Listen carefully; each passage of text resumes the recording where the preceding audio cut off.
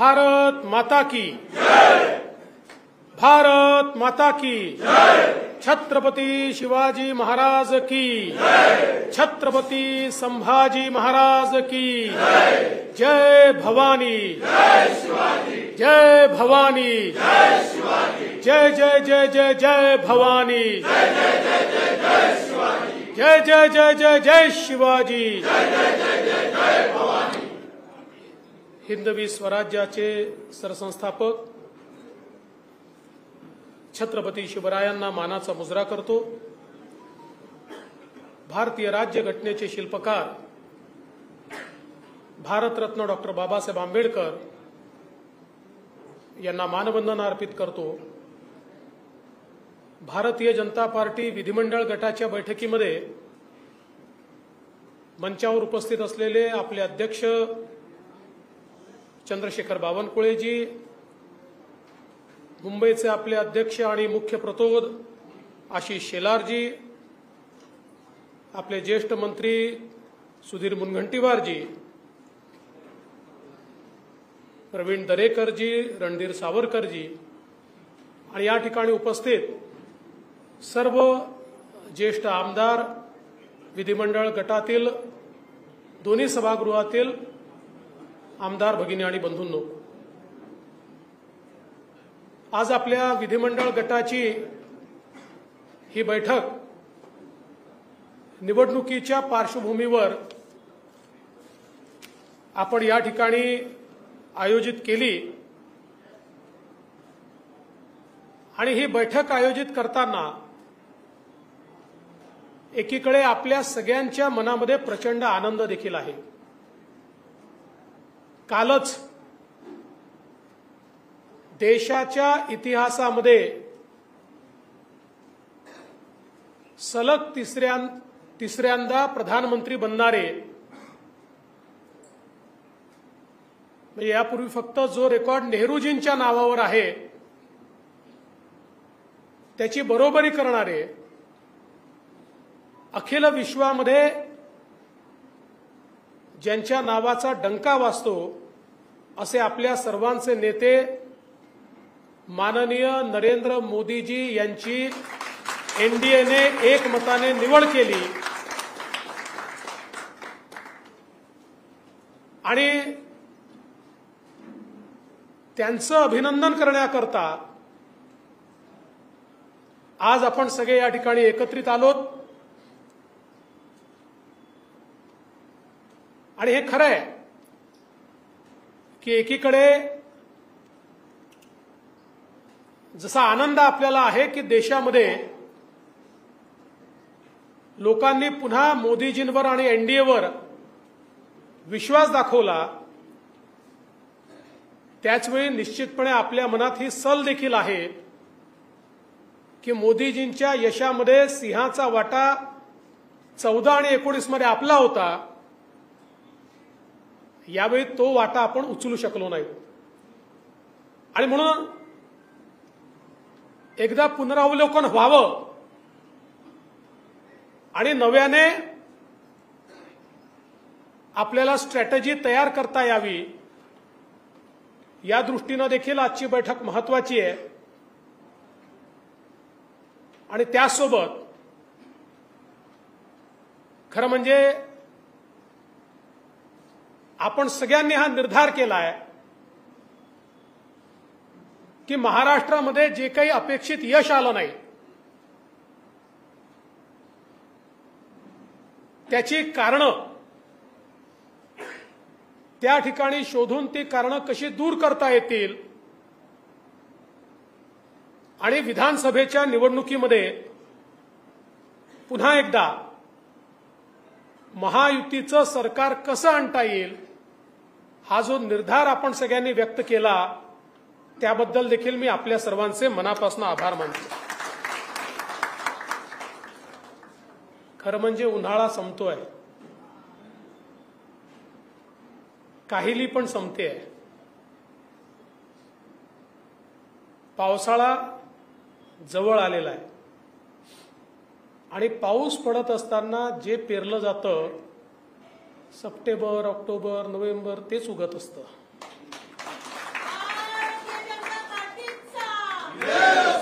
त्यामुळे आता नव्याने पेरण्याची वेळ या ठिकाणी आली आहे. आपण सगळ्यांनी माझ्यावर विश्वास व्यक्त केला, मी आपला आभारी आहे. पण एकच गोष्ट आपल्याला सांगतो, यशाचे बाप अनेक असतात, पण अपयशातही अपयश ताकदीनं अंगावर घ्यायचं असतं, ते पचवायचं असतं आणि नवीन निर्धार करायचा असतो. आणि म्हणून या निवडणुकीमध्ये भारतीय जनता पक्षाचं नेतृत्व मी करत असल्यामुळे मी हे सांगितलं की हो, या अपयशाची जबाबदारी माझी आहे. कारण पक्षाने, आणि मी दोन्ही अध्यक्षांचं अभिनंदन करेन, बावनकुळेजी आणि आशिष शेलारजी, आणि पक्षाच्या कार्यकर्त्यांचं अभिनंदन करेल की आपण सगळ्यांनी अतिशय उत्तम काम या ठिकाणी केलं. केवळ पॉलिटिकल अर्थमॅटिकमध्ये आम्ही कुठेतरी कमी पडलो, आणि मी ते कसं पडलो हे सांगणार आहे. आणि त्याच वेळी मी जेव्हा हे सांगितलं की मला मोकळं करून काम करायची संधी द्या, त्यावेळी ते निराशेतून बोललो नाही. देवेंद्र फडणवीस हा पळणारा व्यक्ती नाही आहे, हा लढणारा व्यक्ती आहे. अरे आमची प्रेरणा काय आहे? चारीकडनं घेरल्यानंतर पुरंदरचा तह करणारे आणि नंतर पुन्हा पूर्ण ताकदीने मैदानात उतरून ते सर्व किल्ले पुन्हा जिंकणारे छत्रपती शिवराय, हे आमची प्रेरणा आहे. त्यामुळे कोणाला जर असं वाटलं असेल की मी निराश झालो किंवा भावनेच्या भरात बोललो, तर ते सत्य नाही. हे आज पुन्हा एकदा आपल्याला सांगतो. तर माझ्या डोक्यात काही स्ट्रॅटेजी होती, आजही आहे. आता आपण सगळ्यांनी विश्वास या ठिकाणी दाखवलाय, पण मी माननीय अमितभाई शहा यांना भेटून आलो, त्यांनाही माझ्या डोक्यात काय ते सांगितलं. अर्थात त्यांची भूमिका काही तुमच्यापेक्षा फार वेगळी नव्हती, पण त्यांनी मला सांगितलं की आता पहिले हे सगळं काम चालू द्या, मग नंतर आपण काय ब्ल्यूप्रिंट तयार करायची आहे महाराष्ट्राची ती तयार करू. आणि त्यामुळे कुठल्याही परिस्थितीत, म्हणजे याही किंवा त्याही किंवा कुठल्याही परिस्थितीमध्ये एक मिनिट देखील मी शांत बसणार नव्हतो आणि बसणार नाहीये. त्यामुळे आता हे निश्चित सांगतो की आता तर मी काम करतोच आहे आणि ते करणारच आहे. पण हे सगळं आपण जर बघितलं तर ज्याचा मी उल्लेख केला की देशामध्ये ज्या प्रकारे मोदीजींना जनतेने समर्थन दिलं आणि तिसऱ्यांदा एनडीएचं सरकार आलं, आणि त्याच वेळी ओरिसामध्ये आपलं सरकार येणं, आंध्र प्रदेशमध्ये एनडीएचं सरकार येणं, अरुणाचलमध्ये आपलं सरकार येणं, या सगळ्या गोष्टी अतिशय स्पष्टपणे काय सांगतायत हे आपण सगळ्यांनी बघितलं पाहिजे. आणि सगळ्यात महत्वाचं जे काल मोदीजी बोलले, काही लोक विजयाचा नरेटिव्ह तयार करतात. विजयाचा नरेटिव्ह तयार करणाऱ्याची बोलती एकाच वाक्याने बंद झाली की त्यांना 3 निवडणुका मिळून जेवढे सीट मिळाल्या त्यापेक्षा जास्त, म्हणजे 14ला, 19ला आणि 24ला 3 निवडणुका मिळून त्यांना जेवढ्या जागा मिळाल्या त्यापेक्षा जास्त जागा या एकाच निवडणुकीमध्ये देशामध्ये भारतीय जनता पक्षाला मिळाल्या. आणि अख्ख्या इंडिया आघाडीला जेवढ्या जागा मिळाल्या त्यापेक्षा जास्त जागा या भारतीय जनता पक्षाला मिळाल्या. आपण जर महाराष्ट्राचा विचार केला, महाराष्ट्रामध्ये देखील मी ज्याला पॉलिटिकल अर्थमॅटिक म्हटलं ते का महत्वाचं आहे, तर महाराष्ट्रामध्ये महाविकास आघाडीला मिळालेली मतं 43.9%, आणि महायुतीला मिळालेली मतं 43.6%, म्हणजे अर्धा टक्काही नाही, 0.3% एवढी फक्त मतांमधली गॅप आहे. पण त्याचा परिणाम असा आहे की तिकडे 31 आहेत आणि इकडे 17 आहेत. हे पॉलिटिकल अर्थमॅटिक हे आपण या ठिकाणी समजून घेतलं पाहिजे की महाविकास आघाडीला 2,50,00,000 मतं आहेत, आपल्याला 2,48,00,000 मतं आहेत. याचा अर्थ काय आहे तर केवळ 2 लाख मतं त्यांना आपल्यापेक्षा अधिक मिळाले आहेत. पण जागांमध्ये मात्र ट्रान्सलेट होताना ते मोठ्या प्रमाणात झाले आहे. आणि ते का झाले आहेत हे देखील मी आपल्याला सांगणार आहे. मुंबईचा विचार केला तर मुंबईमध्ये त्यांना 24 लाख मतं आहे आणि आपल्याला 26 लाख मतं आहेत. 2 लाख मतं आपल्याला मुंबईमध्ये अधिक आहे, पण त्यांना 4 जागा मिळाल्या आणि आपल्याला 2 जागा मुंबईमध्ये या ठिकाणी मिळालेल्या आहेत. खरं म्हणजे याचं विश्लेषण जर आपण केलं, पहिली गोष्ट आपण केवळ 3 पक्षांशी लढत नव्हतो, आपण एका चौथ्या पक्षाशी लढत होतो आणि तो चौथा पक्ष होता खोटा नरेटिव्ह. ज्या नरेटिव्हला आपल्याला वाटलं या 3 पक्षांना रोखलं तर आपला विजय होईल, पण आपल्या लक्षात आलं नाही की चौथा पक्ष जो यांच्याकरता काम करतो आहे त्याला आपण रोखू शकत नाही किंवा रोखू शकलो नाही किंवा त्याची तयारीच आपण केली नाही. आणि मग आपण सगळ्यांनी बघितलं संविधान बदलणार, संविधान बदलणार, संविधान बदलणार हा विषय इतका खालपर्यंत गेला आणि त्या मनाने आपण त्याला इफेक्टिव्हली काउंटर केलं नाही. त्याचा इफेक्ट जेव्हा आपल्या लक्षात आला तेव्हा चौथी फेरी आली, चौथा टप्पा आला होता. आणि म्हणून तुम्ही बघा पहिल्या 3 टप्प्यांमध्ये 24 जागांमध्ये केवळ 4 जागा आहेत आपल्याला. आपल्या सगळ्या जागा या दुसऱ्या 24 जागांमध्ये आल्या. कारण मग आपण इफेक्टिव्हली आपल्याला लक्षात आलं की हे खोटं बोलतायत पण ते पर्क्युलेट होत आहे. कुठेतरी सामान्य माणसाला असं वाटतंय की खरंच घडेल का बाबा, मग मोदीजी तर येणारच आहे, मग आता आपण थोडं सेफ का राहू नये.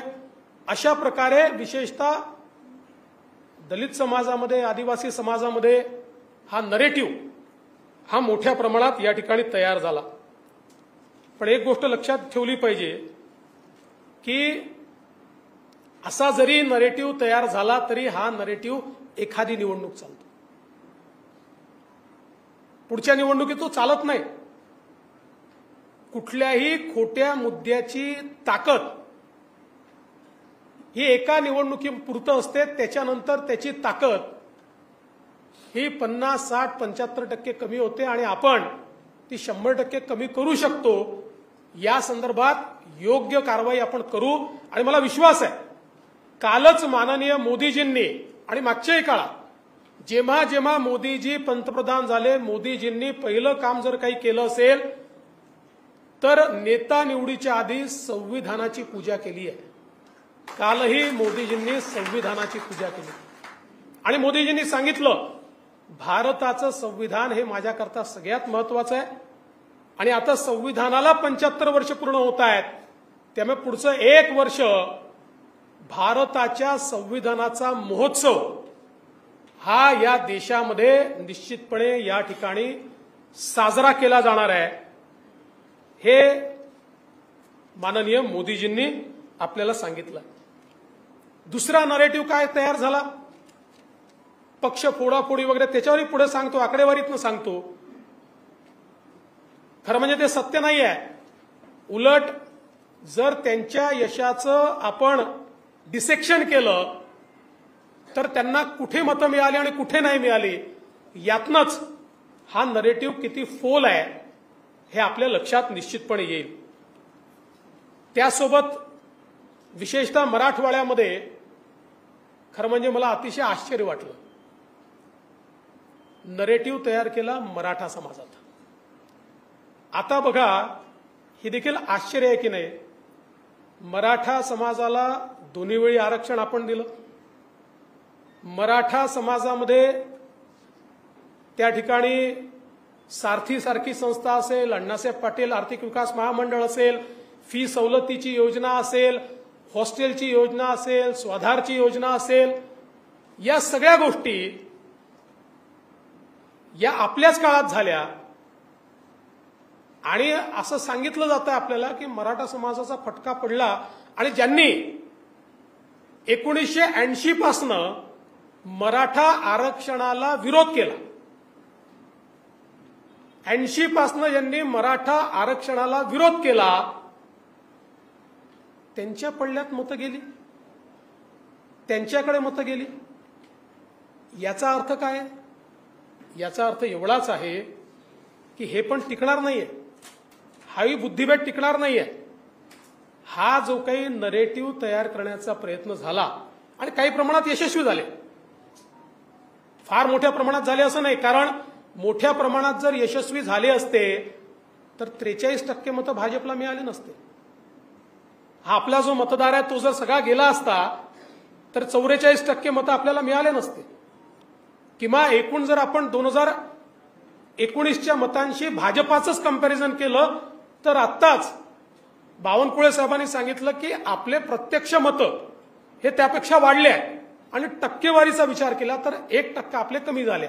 त्यापेक्षा जास्त मतं आपले 2019 पेक्षा कमी झालेले नाही. त्यामुळे हे जे काही नरेटिव्ह या ठिकाणी तयार करण्यात आले, मग एक नरेटिव्ह तयार केला की महाराष्ट्रातले उद्योग पळवले. खरं म्हणजे प्रत्यक्ष आकडेवारी जर आपण बघितली तर 2022-23ला आणि 2023-24ला दोन्ही आपल्या काळामध्ये महाराष्ट्र आपण इन्व्हेस्टमेंटमध्ये पहिल्या क्रमांकावर आणला. उद्धव ठाकरेंच्या काळामध्ये महाराष्ट्र हा खाली होता. उद्धव ठाकरेंच्या काळात गुजरात आणि त्यानंतर कर्नाटक क्रमांक 1 वर होतं. यावर्षी तर आपण अशी अवस्था आणली, गुजरात, कर्नाटक, दिल्ली यांची एकत्रित बेरीज केली तरी त्यापेक्षा जास्त इन्व्हेस्टमेंट ही महाराष्ट्रात आली आहे. आता गुजरात आमच्याशी कॉम्पिटिशन देखील करू शकत नाही. असं असताना नरेटिव्ह रोज खोटं बोलायचं आणि रोज सांगायचं उद्योग पळवले, उद्योग पळवले, उद्योग पळवले.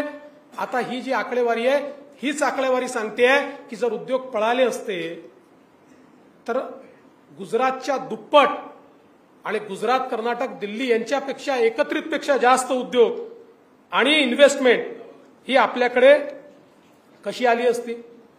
मग एक या ठिकाणी नरेटिव्ह तयार केला की उद्धव ठाकरेंना फार सहानुभूती आहे. मग उद्धव ठाकरेंना जर सहानुभूती होती तर कुठे दिसायला पाहिजे होती? मुंबई आणि कोकणमध्ये दिसायला पाहिजे होती ना. ठाण्यापासनं तर कोकणच्या शेवटच्या टोकापर्यंत उद्धव ठाकरेंची एकही जागा नाही. उबाठाला एकही जागा मिळालेली नाही. कोकणात उबाठा नाही, ठाणे जिल्ह्यात उबाठा नाही, पालघर जिल्ह्यात उबाठा नाही, रत्नागिरी, सिंधुदुर्ग, रायगड, ठाणे आणि पालघर यात उबाठाला एकही जागा मिळालेली नाही. आणि आपल्याला माहिती आहे मुंबईच्या जागा ज्या मिळाल्या त्या कोणाच्या भरोश्यावर मिळाल्या? मराठी माणसांनी मत दिलं नाही यांना. कारण सांगतो मराठी माणसांनी वोट दिलं असतं तर दक्षिण मुंबईमध्ये, वरळीमध्ये, जिथे आदित्य ठाकरेंची कॉन्स्टिट्युएन्सी आहे, फक्त 6000 मतांचा लीड आहे. मराठी माणसांनी मतदान जर त्या ठिकाणी केलं असतं तर शिवडीमध्ये यांनी 30, 35, 40,000 मतांची लीड घ्यायला हवी होती. जर मराठी माणसांनी मतदान त्यांना केलं असतं तर ईशान्य मुंबईमध्ये विक्रोळी आणि भांडूप पिऊन 60,000 मतांचा लीड त्यांनी घ्यायला पाहिजे होता. नाही घेऊ शकले. 7 आणि 8 हजारावर त्या ठिकाणी थांबले. याचा अर्थ मराठी माणूस त्यांच्यासोबत गेला नाही. पॉलिटिकल अर्थमॅटिकमध्ये त्यांनी केवळ एका विशिष्ट समाजाच्या मतांवर, काही जागांवर एखाद्या विधानसभेमध्ये इतकी प्रचंड आघाडी घेतली की त्याच्या आधारावर त्यांना निवडून येता आलं. आणि मगाशी नितेश म्हणाले खरं आहे, त्यांनी त्याची कबुली पण दिली. कारण खासदार बंडू जाधव म्हणाले की मला मराठा समाज दलित समाजापेक्षा देखील मी निवडून आलो तो मुस्लिम समाजामुळे निवडून आलो. हे त्यांचं वक्तव्य आपण सगळ्यांनी ऐकलंय. त्यामुळे एकूणच जर आपण बघितलं तर मुंबई MMR रिजन किंवा कोकणामध्ये या ठिकाणी उबाठाला लोकांनी हद्दपारच केलाय, हे देखील आपण लक्षात घेतलं पाहिजे. आता आपण बघा, ज्या जागा आपण हारलोय त्या ठिकाणी जी मुंबई मध्य उत्तर जागा होती 1% कमी मतांनी हारलो. ईशान्य मुंबई 3% कमी मतांनी हारलो. अमरावती सारख्या जागा 3% कमी मतांनी हारलो. भिवंडी, आता या सगळ्या जागांचं किंवा आपण जर धुळ्याची जागा बघितली, या सगळ्या जागांचं म्हणजे मी उदाहरणादाखल सांगतोय, या सगळ्या जागांचं विश्लेषण केल्यानंतर हे जे 1%, 1.5%, 2% आपण हारलोय, हे कुठून हारलोय? आपला मतदार गेला नाही, ऍडिशनल मतदार आपल्याकडे आलेला आहे, पण हे कुठून हारलो हे आता आपल्या सगळ्यांच्या निश्चितपणे या ठिकाणी लक्षात आलं असेल. त्यामुळे आपल्याला खूप जास्त सांगण्याची आवश्यकता आहे असं मला वाटत नाही. आपण बघितलं धुळ्यासारखी जागा, धुळ्यासारख्या जागेवर मालेगाव मध्यमध्ये 1,94,000 लीड मिळाला. 1,98,000 मतदान झालं, त्यातले 4,000 मतं आपल्याला आणि 1,94,000 त्यांना. इतर 5 मतदारसंघातनं आपण 1,90,000 लीड घेतलं आणि 3-4,000 मतांनी ही सीट या ठिकाणी हारलो. 5ही मतदारसंघामध्ये धुळ्याच्या आपल्याला त्या ठिकाणी खरं म्हणजे लीड जो आहे तो लीड मिळालेला आहे. आणि म्हणून मी पॉलिटिकल अर्थमॅटिक जे सांगितलं, 11 जागा भाजपच्या अशा 11 जागा की ज्या 5%पेक्षा कमी मतांनी आपण हारलो, ज्याच्यामध्ये धुळे आहे, नगर आहे, अमरावती आहे, भंडारा गोंदिया आहे, नांदेड आहे, लातूर आहे, भिवंडी आहे, मुंबई नॉर्थ ईस्ट आहे, मुंबई नॉर्थ सेंट्रल आहे, नगर आहे, बीड आहे. 1%, 2%, 3% अशा हारलेल्या 11 जागा आहेत की ज्यामध्ये आपण या ठिकाणी हारलेलो आहोत. हे सगळं होत असताना एक गोष्ट अजून महत्वाची लक्षात घेतली पाहिजे. ज्या पॉलिटिकल अर्थमॅटिकचा मी उल्लेख या ठिकाणी केला की जर त्यांना 31 जागा मिळाल्या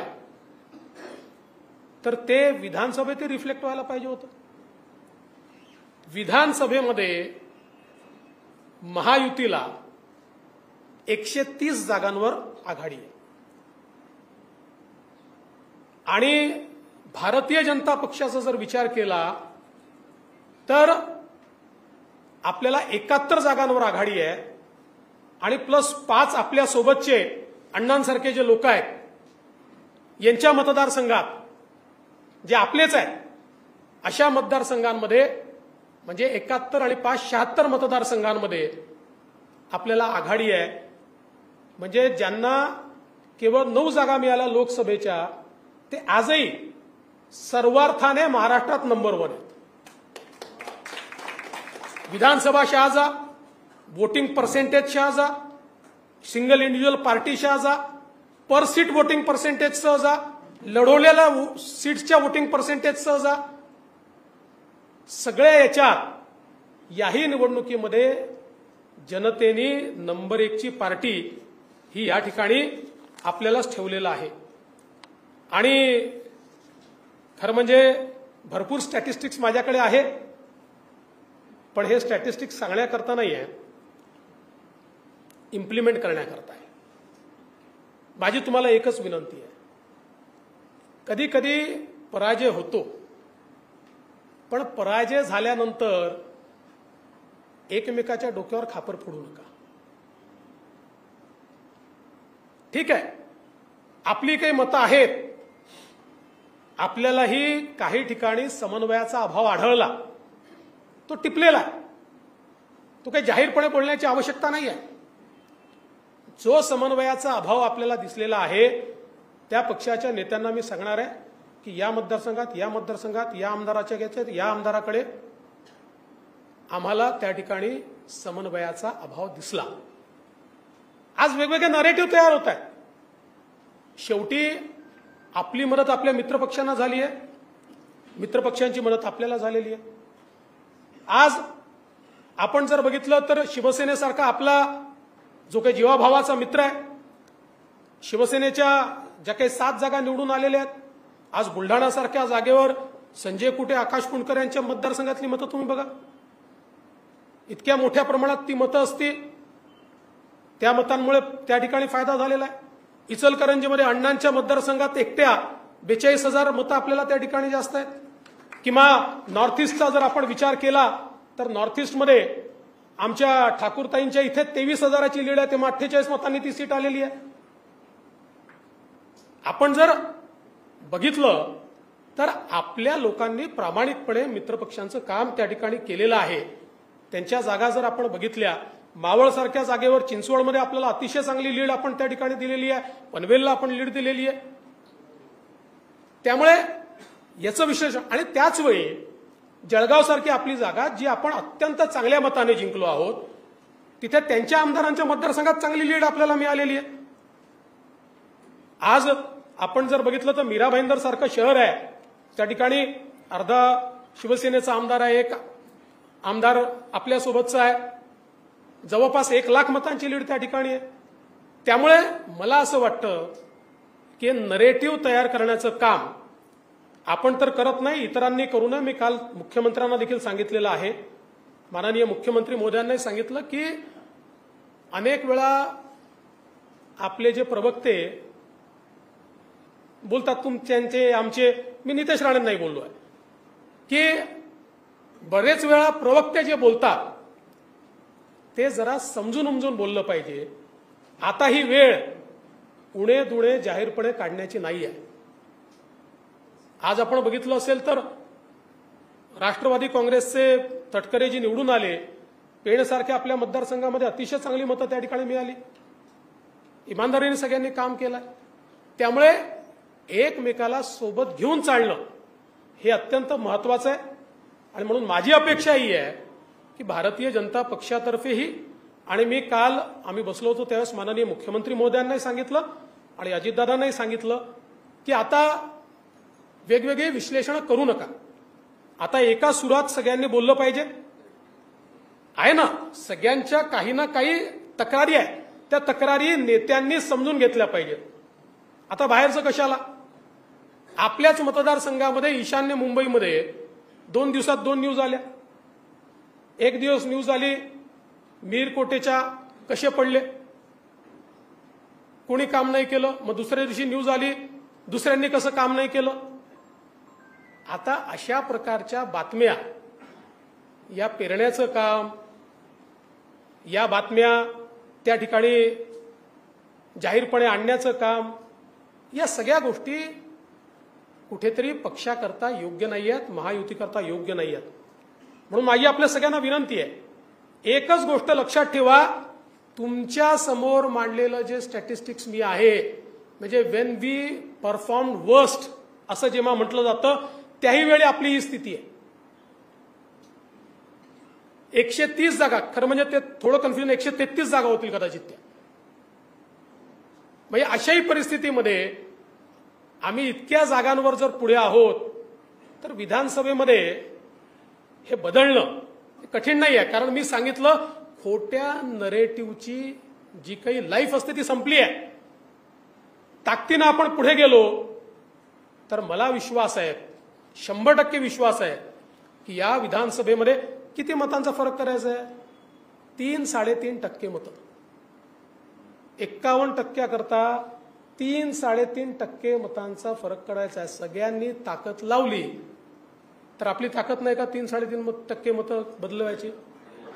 मी तुम्हाला सांगू, 3-3.5% नाही, जे काही पॉलिटिकल अर्थमॅटिक आहे 1.5% मतं अजून आपली मतं जी लोकसभेत मिळाली ती कायम ठेवून 1.5% मतं अधिक मिळवली तरी आपण विधानसभा स्वीप करू.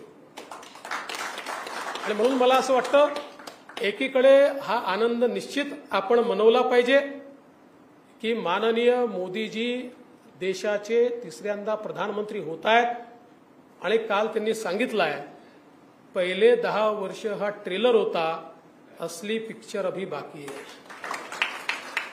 आणि मला विश्वास आहे की आपण सगळे पूर्ण ताकदीने मैदानात उतरू, आपल्या मित्रांना घेऊन मैदानात उतरू. माननीय मुख्यमंत्री एकनाथराव शिंदेजी असतील, अजितदादा असतील, सगळे मिळून मैदानात उतरू आणि पुन्हा एकदा मैदान फत्ते करू, हा मला विश्वास आहे. आपण सगळ्यांनी मिळून जो विश्वास माझ्यावर दाखवला, मी त्याबद्दल आपल्या सगळ्यांचे आभार मानतो. खरं म्हणजे तो तुम्ही दाखवला नसतात तरी मला हे माहितीच होतं की तुमचं विश्वास आणि प्रेम माझ्यावर आहे. फक्त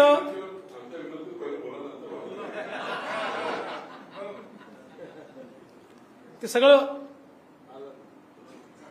असं आहे की भारतीय जनता पार्टी एक आपली प्रक्रिया आहे, योग्य वेळी योग्य गोष्टी करू. आज मी तुम्हाला एवढं नक्की सांगतो की मी ज्या दिवशी निवडणूक संपली त्याच्या दुसऱ्या दिवशी कामाला लागलेलो आहे आणि आपल्याला कोणी कामापासून थांबवू शकत नाही. पूर्ण ताकदीने पुन्हा एकदा जोपर्यंत या महाराष्ट्रामध्ये महायुतीचा झेंडा रोवत नाही तोपर्यंत मी थांबणार नाही. तुम्ही पण थांबू नका अशी विनंती करतो आणि माझं बोलणं संपवतो. धन्यवाद. जय हिंद, जय महाराष्ट्र.